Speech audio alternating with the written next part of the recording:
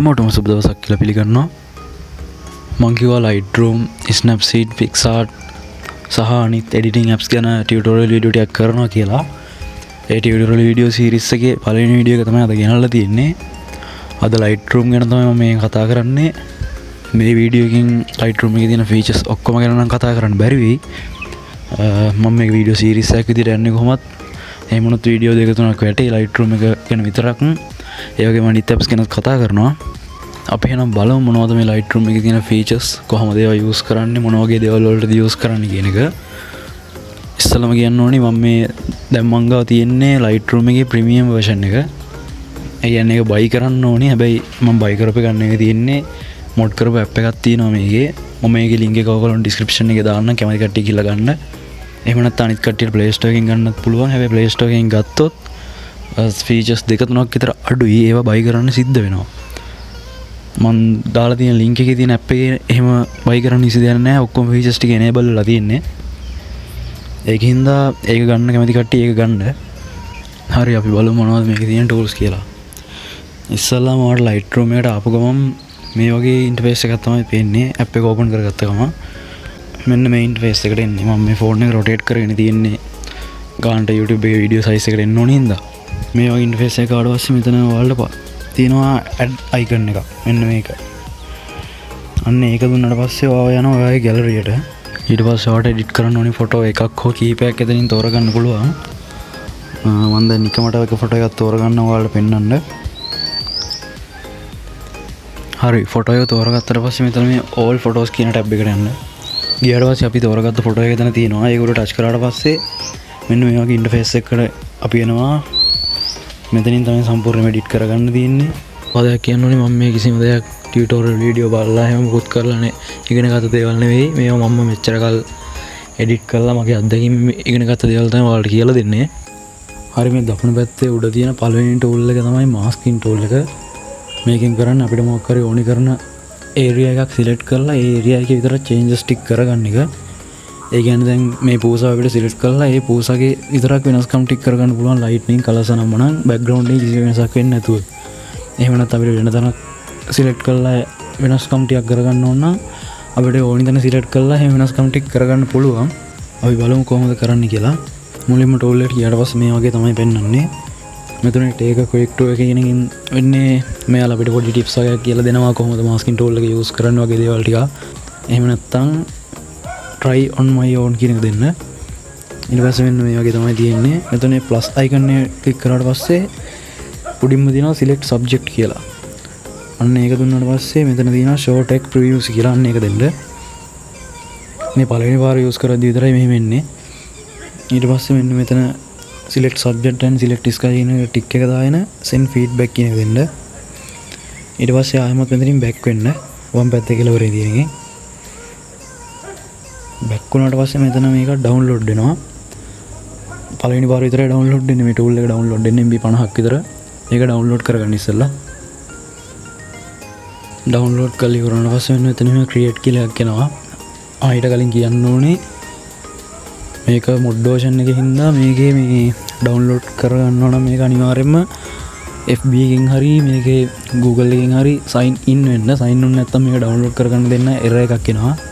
ඒකින්ද අනිවාර්යයෙන්ම sign in වෙලා ඉන්න. ඊට පස්සේ මෙන්න මෙතන මේ create කියන එක දුන්නාට පස්සේ මෙතන subject එක delete කරගන්නවා. හරි මෙන්න මේ විදිහට තමයි subject එක delete කරගන්නේ. ඇත්තටම ගොඩක් accurate විදිහට subject එක අඳුර ගන්නවා. අපි බලමු දැන් කොහොමද වෙනස්කම් ටික කරගන්නේ කියලා. මුලින්ම මෙතන තියෙනවා lightning tool එක. මේ ටික වෙනම tool එක තියෙනවා. මම මේකෙදී කියලා දෙන්නම්. මම මෙතන දැනට පොඩ්ඩක් introduce කරේ masking tool එක ගැන විතරයි. මම මේ light වෙනස් කරගන්න විදිහ මේ tool එක වෙනම තියෙනවා. මම එතනින් කියලා දෙන්නම්. මෙතන බලන්න දැන් මේ exposure එක වෙනස් කරනකොට මේ පූසාවේ ඇතුළේ විතරයි වෙනස් වෙන්නේ.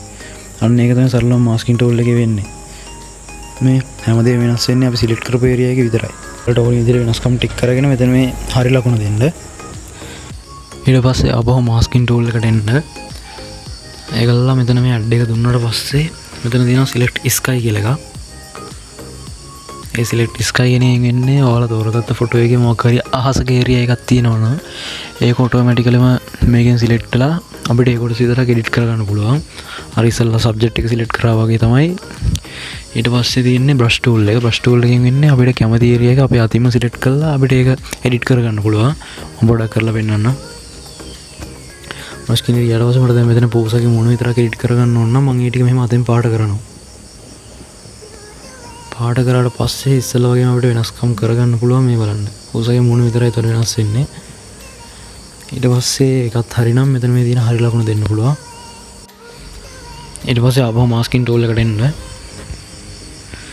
ඊට පස්සේ මෙතන තියෙනවා ලයිනර් ග්‍රේඩියන්ට් රේඩියල් ග්‍රේඩියන්ට් කියලා. මේ ලයිනර් ග්‍රේඩියන්ට් එකෙන් වෙන්නේ තීරුවක් හැඩයට මොකක් හරි ඒරියා එක සිලෙක්ට් වෙන එක. මෙන්න මේ විදිහට. මේ දැක්කද? අන්න ඒක තීරුවක් විදිහට සිලෙක්ට් වෙන්නේ. ඊට පස්සේ මෙන්න මේ ඊළඟ එක තමයි රේඩියල් ග්‍රේඩියන්ට් එක. මේකෙන් වෙන්නේ රවුමක් හැඩයට සිලෙක්ට් වෙනවා. මෙන්න මෙහෙම. අපිට ඕනි විදිහට ඒක ගානට හැම එකලා හදාගන්න තියෙන්නේ. හරි ඊළඟට තියෙන්නේ මේ කලර් රේන්ජ් කියන එකයි ලුමිනස් රේන්ජ් කියන එකයි. මේ කලර් රේන්ජ් කියන එකෙන් වෙන්නේ අපිට දැන් මේකේ කොළ පාට මේ ෆොටෝ එකේ තියෙන සම්පූර්ණ කොළ පාට සිලෙක්ට් කරගන්න ඕනේ නම් මෙන්න මේ මැද තියෙන අයිකන් එක ගානට ඒ කොළ පාට උඩින් ගිහින් තියන්න ඕනේ. එතකොට මේ ඉමේජ් එකේ තියෙන සම්පූර්ණ කොළ පාට ටික විතර සිලෙක්ට් වෙනවා. අපිට එතකොට ඒ ටික විතරක් වෙනම එඩිට් කරගන්න පුළුවන්. අනිත් ඒවා වෙනස් වෙන්නේ නැතුව. ඊට පස්සේ දැන් මෙතන මේ පූසාවේ තියෙන පාටට ගෙනියන්න ඕන නම් අපිට එන්න එතනට ගෙනියන්න පුළුවන්. එතකොට ඒ ටික විතරක් සිලෙක්ට් වෙනවා. ඊට පස්සේ මෙතනින් apply කියන එක දෙන්න. ඊට පස්සේ ඒකත් ඔයාලට ඕන විදිහට වෙනස් කරගන්න පුළුවන්. ඊළඟට තියෙන ටූල් එක තමයි මේ ලුමිනස් රේන්ජ් කියන්නේ. මේකෙන් වෙන්නේ සරලවම ලයිට් කන්ඩිෂන් එක අනුව සිලෙක්ට් වෙන එක. ඒ කියන්නේ දැන් අපි මේක highlight area එකකට ගෙනිච්චොත් highlight area ටික සිලෙක්ට් වෙනවා. shadow area එකකට ගෙනිච්චොත් shadow area ටික සිලෙක්ට් වෙනවා. අන්න ඒ වගේ ලයිට් කන්ඩිෂන් එක අනුව තමයි මේකෙන් සිලෙක්ට් වෙන්නේ. අපිට එතකොට එහෙමත් සිලෙක්ට් කරලා ඔයාලට කැමති විදිහට මේක එඩිට් කරගන්න පුළුවන්. හරියනම් මම සම්පූර්ණයෙන්ම හීලින් ටූල් එක ගැන ඔයාලට කියලා දුන්නා. තේරෙන්නේ නැති කියලා මම හිතනවා. මම මේ එක ටූල් එකෙන් ටූල් එකට වෙන වෙනම වීඩියෝ ගේන්නම්. මොකද මේ වීඩියෝ එක ටිකක් දික් වුණා. මේ මම කරන පළවෙනි ටියුටෝරියල් එක මොනවා හරි අඩුපාඩු ඇති අනිවාර්යයෙන්ම. ඔයගොල්ලෝ කමෙන්ට් එකක් දාන්න මොනවද අඩුපාඩු මොනවද වෙනස් වෙන්න ඕනි කියන දේවල්. මම දවසට එක වීඩියෝ එකක් වගේ දාන්න තමයි බලාපොරොත්තු මේ ටියුටෝරියල් සීරීස් එකේ. ටිකට මගෙත් එකතු වෙලා ඉන්න. ඔයාලට තව දැනගන්න ඕන මොනවා හරි දෙයක් තියෙනවා නම් කමෙන්ට් කරන්න අනිවාර්යයෙන් මම කියලා දෙනවා. එහෙනම් ඊළඟ වීඩියෝ එකෙන් හම්බෙමු. හැමෝටම සුබ දවසක්.